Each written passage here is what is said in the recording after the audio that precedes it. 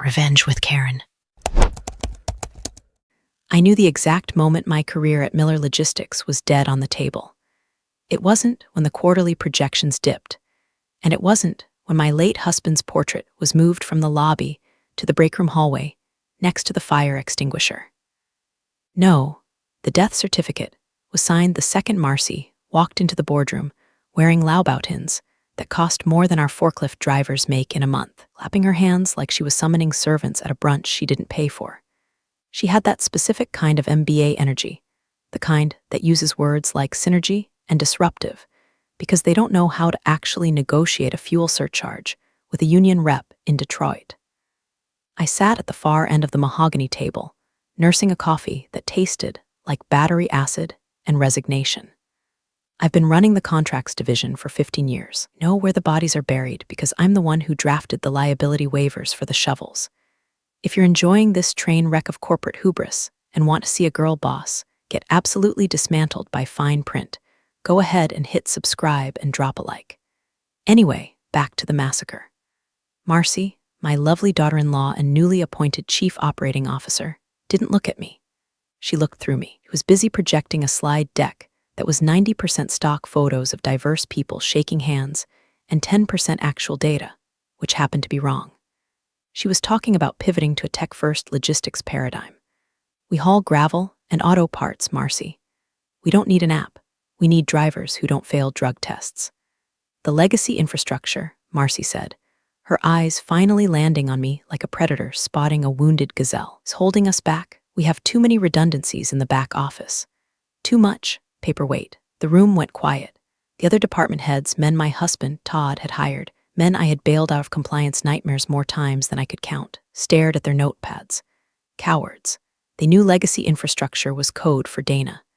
They knew paperweight meant the woman who actually read the contracts before signing them. I didn't flinch. I just took a slow sip of that terrible coffee. Interesting perspective, Marcy, I said, my voice level. Considering the legacy infrastructure just saved us $3 million in EPA fines last quarter, because I caught a clause in the disposal vendor's renewal agreement that would have made us liable for their negligence. But please, tell me more about the app.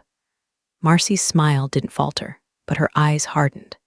It was that terrifying, botox-frozen glare that suggests the person behind it has never heard the word no without immediately calling a manager or a lawyer.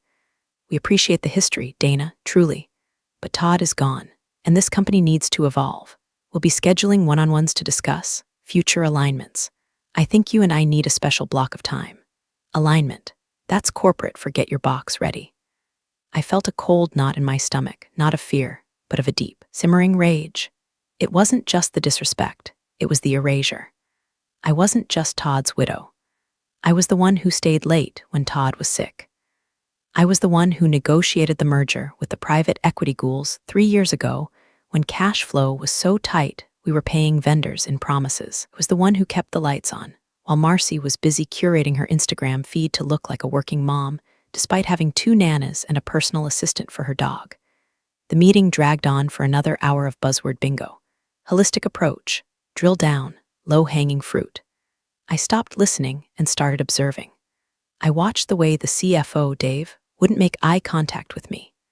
I watched the way the HR director, spineless woman named Brenda, who I had personally mentored, was furiously typing on her phone under the table. They were all in on it. This wasn't a consultation, it was a coronation, and I was the old regime waiting for the guillotine. When the meeting adjourned, Marcy made a point of stopping by my chair. She smelled like expensive vanilla and unearned confidence. She placed a hand on my shoulder, gesture that was meant to look comforting, but felt like she was checking for pulse so she could call the coroner. I know this is hard, Dana, she whispered, loud enough for the lingering executives to hear. Change is scary at your age, but we have to think about the shareholders. We have to trim the fat, trim the fat. I stood up, smoothing the skirt of my navy suit. I am 45 years old. I run 5 miles a day, have a mind like a steel trap, and a tolerance for bullshit that was currently redlining. I agree, Marcy, I said, offering her a smile that didn't reach my eyes, a mirror image of her own plastic pleasantry. The shareholders deserve value. Efficiency is key. I look forward to our chat. I walked out of that conference room with my head high, the sound of her stilettos clicking behind me like a countdown clock. She thought she was hunting me. She thought I was just the grieving widow holding onto a ghost job. She didn't know that I wasn't just an employee. I was the architect of the very floor she was standing on, and she had no idea that I had installed a trapdoor. I went back to my office, the corner office that used to be Todd's, the one Marcy had already instructed maintenance to measure for structural updates, and I closed the door. I didn't cry. I didn't panic. I sat down at my desk, locked the bottom drawer, and pulled out a single red folder. Inside wasn't a resume. It wasn't a plea for mercy. It was a document I had drafted 3 years ago during the Evergreen acquisition panic, when the board was terrified of a hostile takeover and begged me to secure the loyalty of the executive team. They had signed everything I put in front of them without reading it, too busy hyperventilating about stock prices. I opened the folder to page 14. The paragraph was short, boring, really. Just legal text in 11-point Times New Roman. But to me, it looked like poetry. It looked like a loaded gun. Marcy wanted to trim the fat. She wanted to talk about alignment. Fine, we would talk. But first, I needed to let her dig the hole a little deeper. I needed her to feel safe. I needed her to think she had won. I turned to my computer and saw the first email from HR. Subject: urgent. Policy updates and signature required. The game was on. The email from Brenda in HR was a masterpiece of passive-aggressive corporate violence. It was flagged high importance and contained a 40-page PDF attachment titled Employee Handbook and Compensation, Restructuring 2024. The body of the email was sickeningly sweet. Hi, Dana. Just doing some housekeeping to get everyone on the same page with Marcy's exciting new vision. Please sign and return by EOD. Thanks, I didn't sign it. I didn't even reply immediately.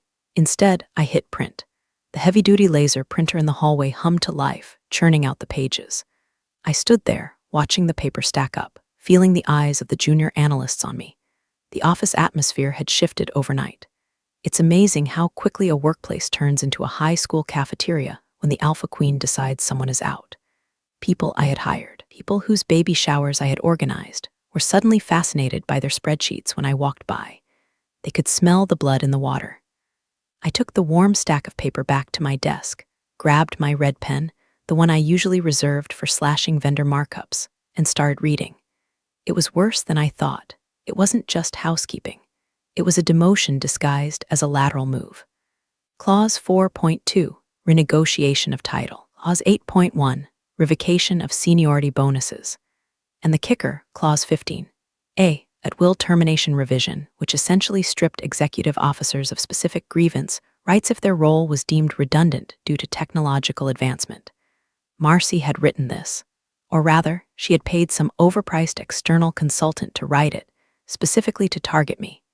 It was a bear trap painted to look like a welcome mat. I circled the clauses, underlined the contradictions with state labor laws. I annotated the margins with case law citations. I spent 3 hours dissecting her vision until the document looked like it had been bleeding. Then I scanned it, saved it to my personal encrypted drive, and shredded the physical copy. I wasn't going to give them the satisfaction of a marked-up draft. I was going to give them silence. At 2:00 p.m., the intercom buzzed. All hands meeting in the warehouse. Attendance mandatory. I walked down to the warehouse. The air changed as soon as you crossed the threshold from the carpeted offices to the concrete floor. It smelled of diesel, dust, and cardboard. This was the heart of the company. These were the guys who actually moved the freight. They looked tired. They were leaning against pallets, arms crossed, wearing neon vests that were stained with grease. Marcy stood on a makeshift stage made of wooden pallets, holding a microphone like she was performing a stand-up special. She had swapped the stilettos for pristine white sneakers, a calculated attempt to look down to earth that only made her look more like a tourist in her own business.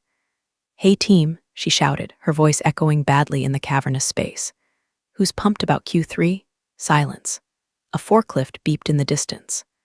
I know, change is tough," she continued, undeterred by the total lack of enthusiasm. "We are streamlining. We are cutting the dead weight so you guys can move faster. We're introducing a new app that tracks your brakes to the second, ensuring maximum efficiency." A murmur of discontent rippled through the crowd. Tracking brakes to the second. That wasn't efficiency. That was prison rules. I saw Mike, the foreman who had been with us for 20 years, shake his head and spit on the floor. Mike used to come to Todd's backyard BBQs. He caught my eye. For a second, I saw pity. He knew. Then Marcy dropped the hammer.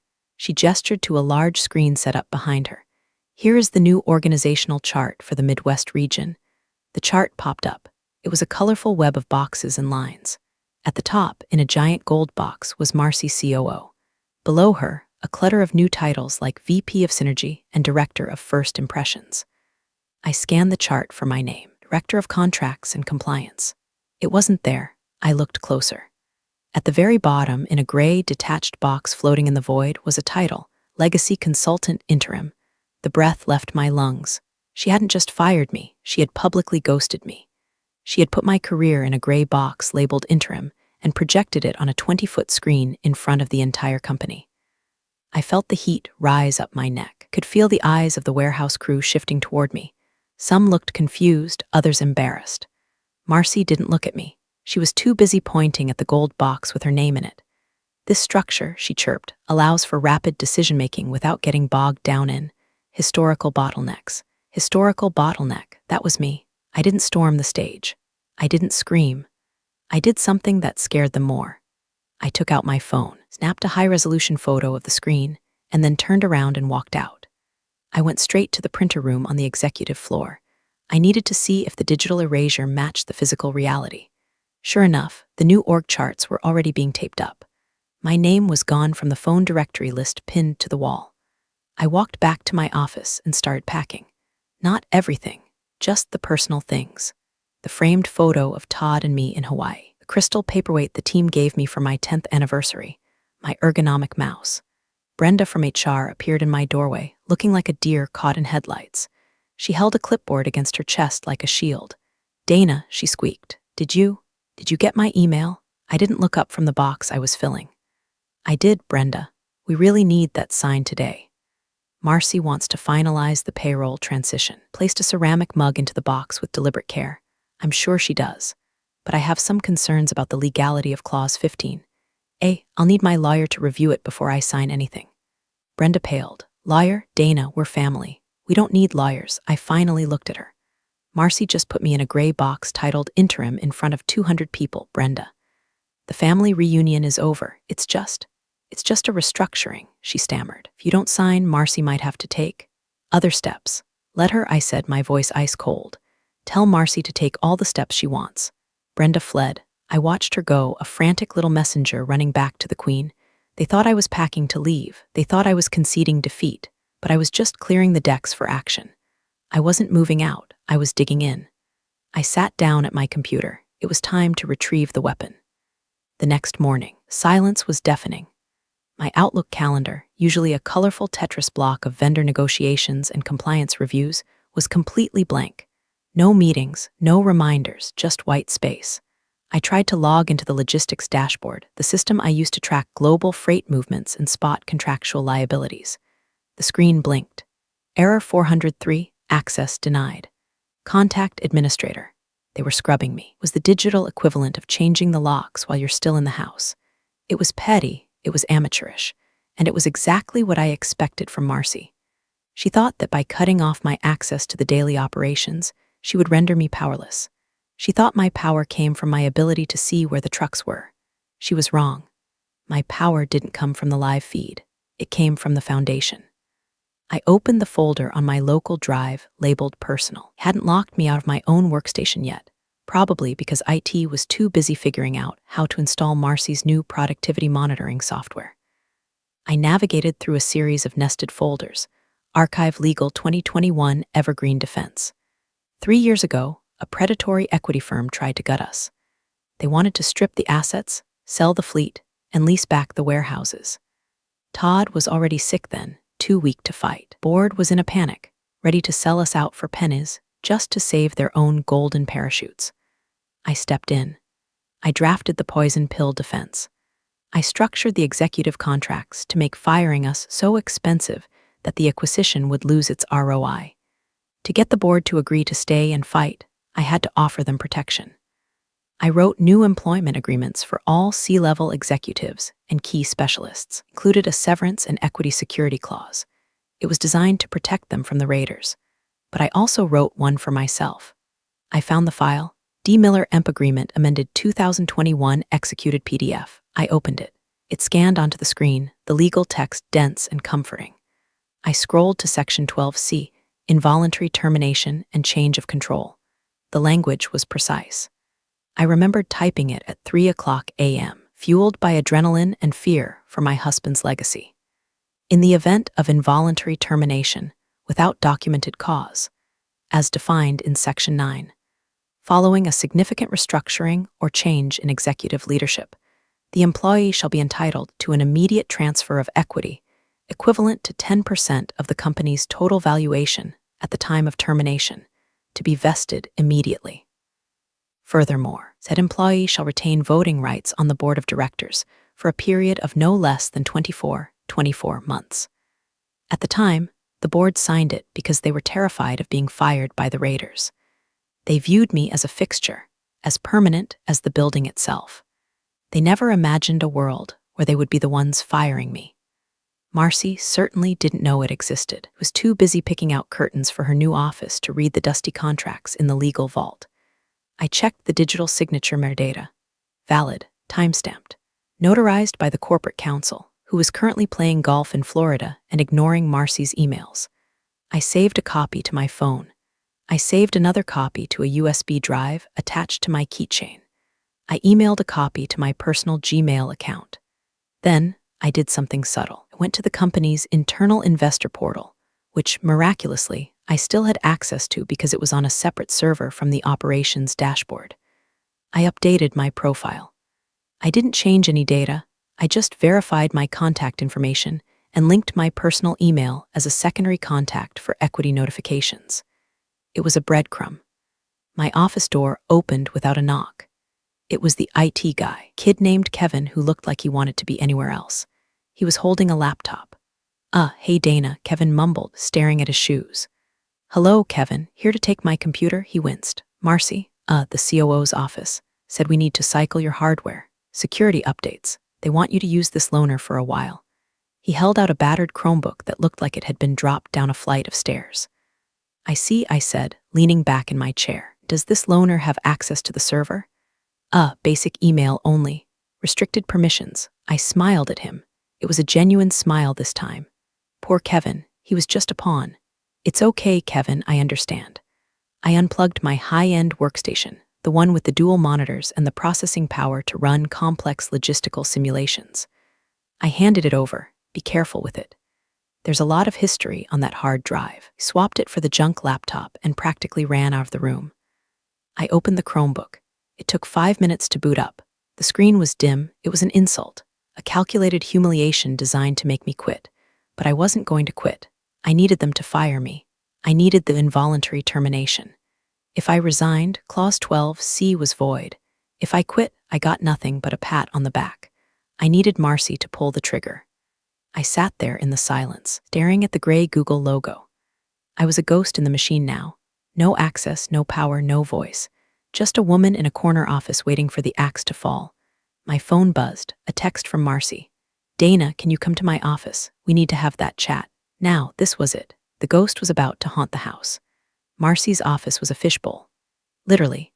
She had replaced the frosted privacy glass with clear floor-to-ceiling panes because she believed in radical transparency, which, in practice, meant she wanted everyone to see her being important, but she couldn't hear anyone screaming for help. I walked in with nothing but my phone and a small clutch purse. No notepad, no pen. I didn't need to take notes. I needed to make history. Marcy was sitting behind a desk that was comically large, a slab of white marble that looked like a sacrificial altar. She didn't stand up when I entered. She gestured vaguely at a low-slung, comfortable modernist chair opposite her. Dana, she said, her voice dripping with that patronizing softness people use on toddlers and the elderly. Thanks for coming up. Close the door, would you? I closed the glass door. It didn't block out the sound of the office, just muffled it. I could see the heads of the accounting department turning toward us. We were on display. How are you holding up? She asked, tilting her head. I know the org chart changes were abrupt. I'm fine, Marcy, I said, sitting down and crossing my legs. I'm just curious about the operational logic. Removing the contracts director in the middle of a vendor renegotiation cycle seems risky. She sighed, a long, theatrical exhalation. See, that's just it. You're thinking about the weeds. I'm thinking about the ecosystem. We're moving to an automated contract management SaaS, AI-driven compliance. We just don't need the manual oversight anymore. AI-driven compliance, I repeated. So, a chatbot is going to negotiate liability caps with the Teamsters. Marcy's smile tightened. We're restructuring, Dana. The board supports this. We need to be leaner, and frankly, she leaned forward, lowering her voice to a conspiratorial whisper. I think you're burned out. I think you've been carrying Todd's ghost for too long. It's time for you to go rest. Enjoy the life insurance. Go to Tuscany. Condescension was so thick I could taste it. She was firing me and trying to frame it as a spiritual retreat. So this is a termination, I stated flatly. We prefer transition, she corrected. But my employment is ending, involuntarily. Well, yes, but we've prepared a generous severance package. 2 weeks of pay for every year of service. It's very standard. I kept my face completely neutral.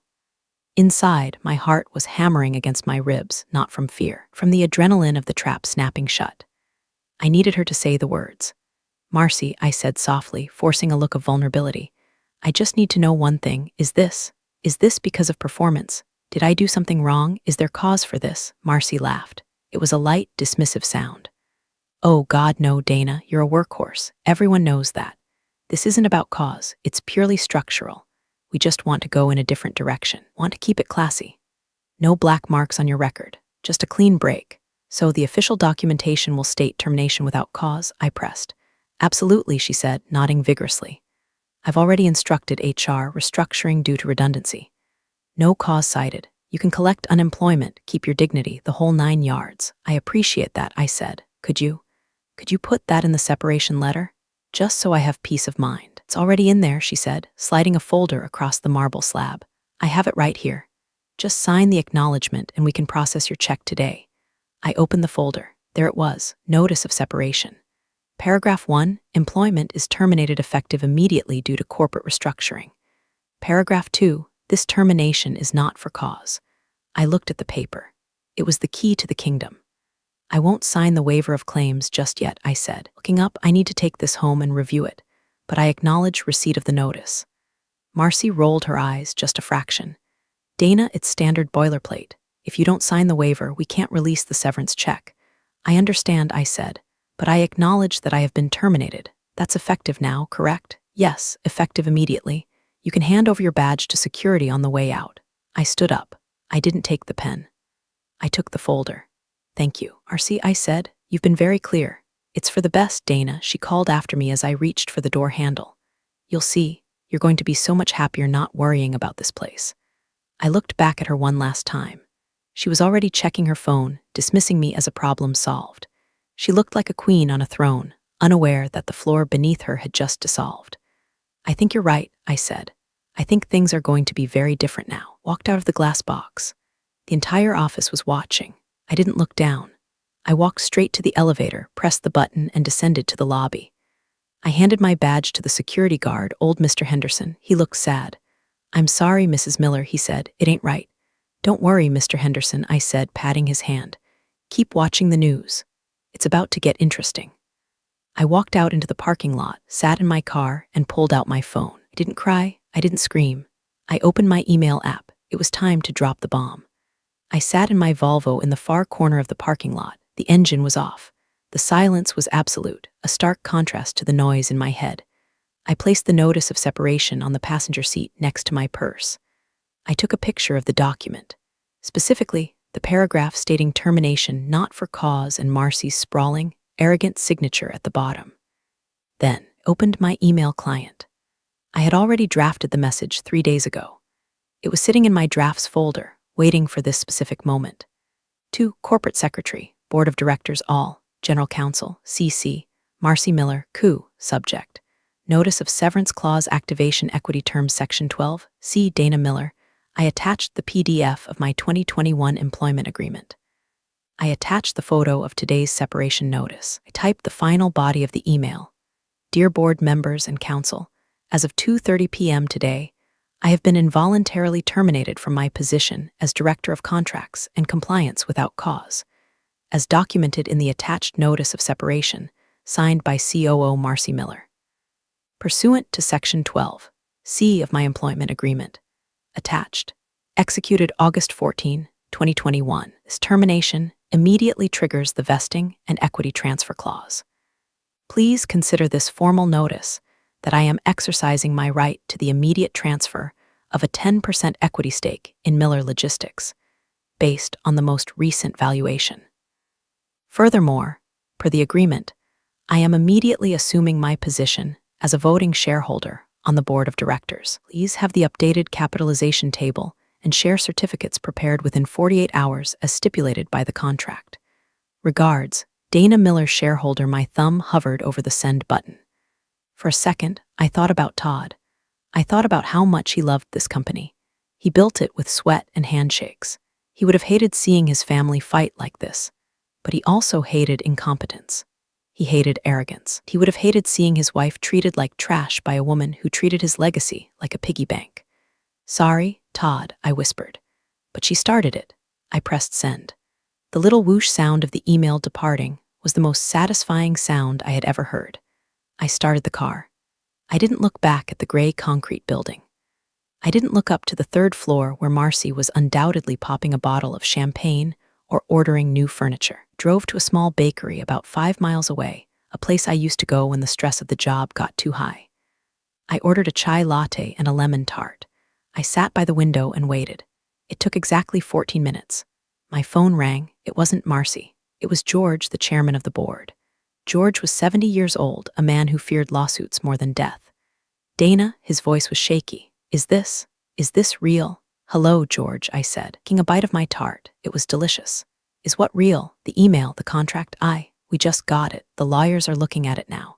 It's very real, George. You signed it yourself. Remember the Evergreen acquisition? We needed to secure the leadership team. You were very adamant that everyone be protected. I remember protecting the C-suite. I didn't realize. I didn't know you wrote one for yourself. I was the interim strategy lead at the time, George. It was C-suite, and I wrote the contracts. I wasn't going to leave myself out in the cold. I could hear papers shuffling on his end. I could hear shouting in the background. Does Marcy know? He whispered. She was CC'd. But knowing Marcy, she probably hasn't checked her email since she fired me. She's likely celebrating trimming the fat. Dana, 10%, that's a controlling block when combined with the family trust. That gives you significant leverage. Gives me a seat at the table, George. A permanent one. What do you want? He asked. Do you want a settlement? We can discuss a cash buyout. I don't want cash, George. I want to fix the company. Marcy is driving it off a cliff, and now, as a major shareholder, I have a fiduciary duty to stop her. There was a long silence. Marcy isn't going to like this. No, I said, sipping my chai. She isn't, but she should have read the paperwork. I hung up. I checked my email again. A notification from LinkedIn popped up. Marcy had posted an update. Excited to announce a bold new restructuring at Miller Logistics. Sometimes you have to say goodbye to the past to embrace the future. #leadership, #growth, #girl boss. I almost laughed. It was too perfect. I opened my own profile. I didn't post a status. I just updated my headline. From Director of Contracts and Compliance at Miller Logistics to voting shareholder and board member at Miller Logistics, I put the phone down. The sugar from the lemon tart was kicking in. I felt awake. I felt alive. I felt dangerous. The war was over. The occupation had begun. I didn't go home immediately. I went to the dry cleaners. I picked up my good Navy suit, the one I wore to closings, one that made me look like a jagged rock in a stream of soft water. I was going to need it tomorrow. By the time I got home, my phone was melting down. 17 missed calls, 3 from Brenda in HR panic, 5 from George bargaining, and 9 from Marcy. I didn't answer Marcy. I let her scream into the void. Instead, I poured a glass of Pinot Noir and sat on my patio. The Illinois evening was cool. I listened to the voicemails. Dana, what is this email? Legal is saying, look, call me back. This is ridiculous. Marcy, 3:45 p.m. Tone, annoyed confusion. Dana, you can't just claim equity. That wasn't the deal. We need to talk. Marcy, 4:15 p.m. Tone, rising anger. Pick up the phone. The general counsel says the clause is valid. How is that possible? You tricked us. Marcy, 5:30 p.m. Tone, pure, unfiltered panic. I smiled at the sunset. I didn't trick you, honey. You just didn't do your homework. At 7:00 p.m., my doorbell rang. I checked the camera. It was a courier, not a process server, a specialized corporate courier. I opened the door. He handed me a thick envelope, delivery for Miss Miller, from Miller Logistics Legal Department. I signed for it. Inside was a formal letter from the general counsel, a man named Robert who I had known for years. He was a good lawyer, which meant he knew when he was beaten. Dear Miss Miller, we are in receipt of your notice regarding the activation of Section 12C. Preliminary review confirms the validity of the executed agreement dated August 2021. The board acknowledges your change in status. A capitalization adjustment is being processed. An emergency board meeting has been scheduled for 9:00 a.m. tomorrow via Zoom to discuss the implications of this transfer. Please find attached the dial-in credentials. Sincerely, Robert Vance, General Counsel. They had folded. They had to. The contract was airtight. If they fought it in court, discovery would reveal that they hadn't read their own executive agreements. It would be negligence. The shareholders would sue them into oblivion. Accepting my claim was the only way to keep the dirty laundry indoors. I finished my wine. I had gone from terminated employee to major owner in less than 6 hours. Opened my laptop to check the company news. The grapevine moves faster than fiber optics. On the anonymous employee forum, which I wasn't supposed to know about, but absolutely monitored, the thread was exploding. User Warehouse Guy 88, did anyone see Dana leave? Security says she was smiling. User Ectant Prob, something is going down. Marcy has been screaming at legal for 2 hours. I heard glass break in her office. User Logie Bear, my boss just told me to freeze all org chart updates. Said the restructuring is on hold. What is happening? I typed a single reply under a throwaway account I kept for emergencies. User just watching, check the shareholder registry tomorrow. I closed the laptop. Marcy had spent 6 months trying to push me out because she thought I was old, irrelevant, and powerless. She thought power came from the title on your door. She didn't understand that in our world, power comes from the ink on the page. She had handed me the gun, aimed it at her own foot, and pulled the trigger. I went to bed early. I slept like a baby. I had a board meeting in the morning, and I wanted to look fresh. The Zoom waiting room is a modern purgatory. You stare at your own reflection, fixing your hair, adjusting your lighting, waiting to be admitted by a host who holds your digital fate in their hands. 8:59 a.m., I sat at my dining room table. I was wearing the navy suit. My hair was pulled back in a severe, elegant bun. Behind me, a curated bookshelf and a calm, neutral wall. No distractions. The screen flickered. Connecting, I entered the meeting. The grid populated. There were 7 squares. George, chairman, looking like he hadn't slept. Robert, general counsel, looking defeated. 3 other non-executive directors, looking terrified. Marcy was in her glass office. The lighting was harsh. Her hair was slightly frazzled, a loose strand hanging by her ear. Her eyes were red. She looked like someone who had been up all night trying to find a loophole that didn't exist. Good morning, I said. My voice was clear, crisp, and devoid of any emotion. This is blackmail, Marcy spat out immediately. George, tell her. This is fraudulent inducement. She hid that clause. I didn't hide anything. I replied calmly, looking directly into the camera lens. It was in the standard executive protection package approved by the compensation committee. You were on that committee, George. You voted for it. George rubbed his temples. I recall the package. I didn't realize it applied to interim roles. The definition of executive in the bylaws is quite broad, I said, but we aren't here to debate the contract. Robert has already validated it. We are here because, as of this morning, I hold 10% of the voting stock, which brings me to the agenda. There is no agenda, Marcy shouted. We are here to negotiate your buyout. You take a check and you walk away. I leaned forward slightly. I'm afraid that's not how this works, Marcy. I'm not an employee you can dismiss with severance anymore. I'm a partner, and partners have rights. I picked up a document from my table. Per Article 9, Section 4 of the corporate bylaws, any shareholder holding more than 5% of the company's equity may call for an immediate vote of no confidence regarding executive leadership if said leadership has demonstrated fiscal irresponsibility or exposed the company to significant legal liability. The room went silent. Even Marcy stopped breathing for a second. You exposed the company to legal liability yesterday, I continued. You terminated a protected class employee without reviewing her contract, triggering a massive equity dilution event. That is negligence, Marcy. You cost the existing shareholders, including the family trust, 10% of their value in a single afternoon because you didn't want to read a PDF. You can't do this, Marcy whispered. I can. And I am. I am formally calling for a leadership review and a motion to remove the chief operating officer, pending an investigation into competence and breach of fiduciary duty. Seconded, said a voice. It was Robert, the general counsel. Marcy whipped her head around to look at her screen, betrayal written all over her face. Robert, you work for me. I work for the board, Marcy, Robert said, his face grim. And Dana is right. You triggered a poison pill because you were careless. We can't have that kind of risk at the helm. I am the family, Marcy shrieked.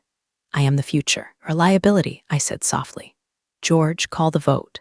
George looked at Marcy, then at me. He looked at the woman who was tanking the company with buzzwords, and the woman who had quietly kept it afloat for a decade. He looked at the woman who just outplayed the entire room without raising her voice. We have a motion and a second, George said, his voice heavy. All in favor of placing Marcy Miller on administrative leave pending review. I raised my hand. Robert raised his hand. The three other directors raised their hands. George hesitated, then slowly raised his hand. Marcy's mouth fell open. She looked around her glass office, realizing that the transparency she loved so much meant everyone outside could see her falling apart. Motion carries, George said. You're fired, Marcy. I didn't say it. I didn't have to. The silence said it for me. I'm disconnecting, Marcy stammered. She fumbled for the mouse. Video cut to black. I sat back in my chair. My heart was steady. Now, I said to the remaining stunned faces, let's talk about that logistics app. It's garbage, and we need to kill it before it ruins Q4. The days following the vote were a blur of vindication. Marcy wasn't just put on leave. She was effectively erased from the decision-making loop. The board, terrified of my next move and desperate to stabilize the stock, gave me carte blanche to stabilize operations. I didn't take my old office back. I didn't need it. I requested a conference room on the executive floor be converted into a strategic review hub. Walking back into the building was surreal. The security guard, Mr. Henderson, did a double take when he saw me. Mrs. Miller, I thought. I'm back, Mr. Henderson.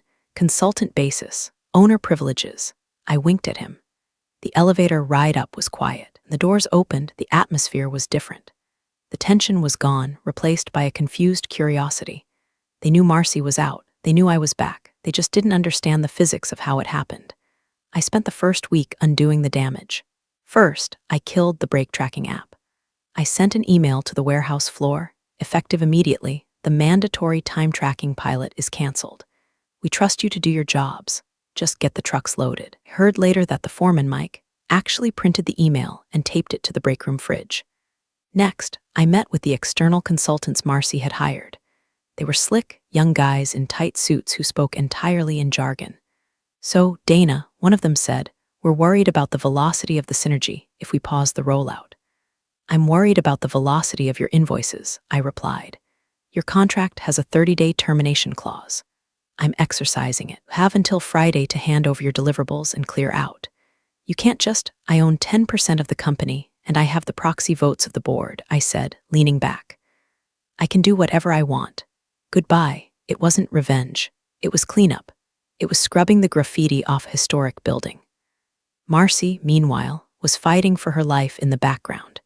She was flooding the board with emails, claiming I had manipulated the legal context and that my actions were a hostile coup. She threatened to sue the company for wrongful suspension. I let her. Every time she sent a frantic, poorly spelled email, she just proved my point. She wasn't a leader, she was a panicked amateur. The final nail in the coffin came during the formal review of her expenses. Robert, the general counsel, brought the file to my temporary office. Dana, he said, looking uncomfortable. You should see this. I opened the ledger. Marcy had been charging consulting fees to a shell company registered to her brother. She had been expensing client dinners that were clearly personal vacations. It wasn't a huge amount of money in the grand scheme of things, maybe $50,000, but it was fraud. Well, I said, closing the file, that's cause. Robert nodded, that's cause. Draft the termination letter, I said, for real this time. No severance. No equity. Just a lawsuit if she doesn't go quietly. She's family, Dana, Robert said softly. Are you sure? I looked out the window at the truck yard. I saw the fleet moving. I saw the business Todd built. She stopped being family when she tried to erase us, Robert. She's just a bad investment now. Cut the cord. The decision was made. Marcy wasn't just losing her job, she was losing her reputation. She would be lucky to get a job managing a mall kiosk after this. I felt a strange sense of peace. I hadn't destroyed her. I had just turned the lights on. She destroyed herself. The day Marcy cleared out her glass office, the blinds were drawn. She didn't want an audience this time. I was in the break room making tea, not the battery acid coffee, but my own blend I brought from home when she came out. She was carrying a box. She looked smaller. The stilettos were gone, replaced by sensible flats. The arrogance had been sandblasted off, leaving something brittle and sharp beneath. She saw me. She stopped. For a moment, I thought she was going to scream. I thought she was going to throw the box at me. But she didn't.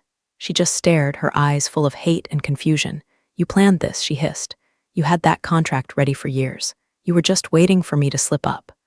I took a sip of my tea. It was warm, soothing. "I didn't plan for you, Marcy," I said gently. "I planned for anyone who tried to hurt this company. You just happened to be the one who walked into the trap. You stole my company. It was never your company," I corrected her.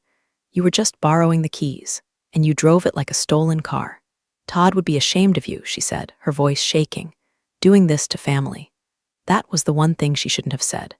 I set my mug down. I walked over to her until I was standing right in her personal space. I smelled the fear on her. "Todd," I said, my voice low and dangerous, "would have fired you 6 months ago for the way you talked to the drivers. Todd respected the work. You respected the title. Don't you ever speak for him again." She flinched. She clutched her box tighter. "Good luck, Marcy," I said, stepping back. "I hear there's an opening for a receptionist at the gym. Might be a better fit." She turned and walked away, her flats making no sound on the carpet. She took the elevator down and she was gone. The office felt lighter. The air felt cleaner. George found me later that afternoon, so he said, leaning against my doorframe. "Marcy is gone. We need a new COO, the board." "Well, we were wondering." "No," I said, smiling. "I don't want the job, George. I don't want to run the day-to-day. I've done my time in the trenches." "Then what do you want?" "I want to stay on the board," I said. "I want to chair the ethics committee. I want to approve the next COO. Someone who knows the difference between a pallet and a skid."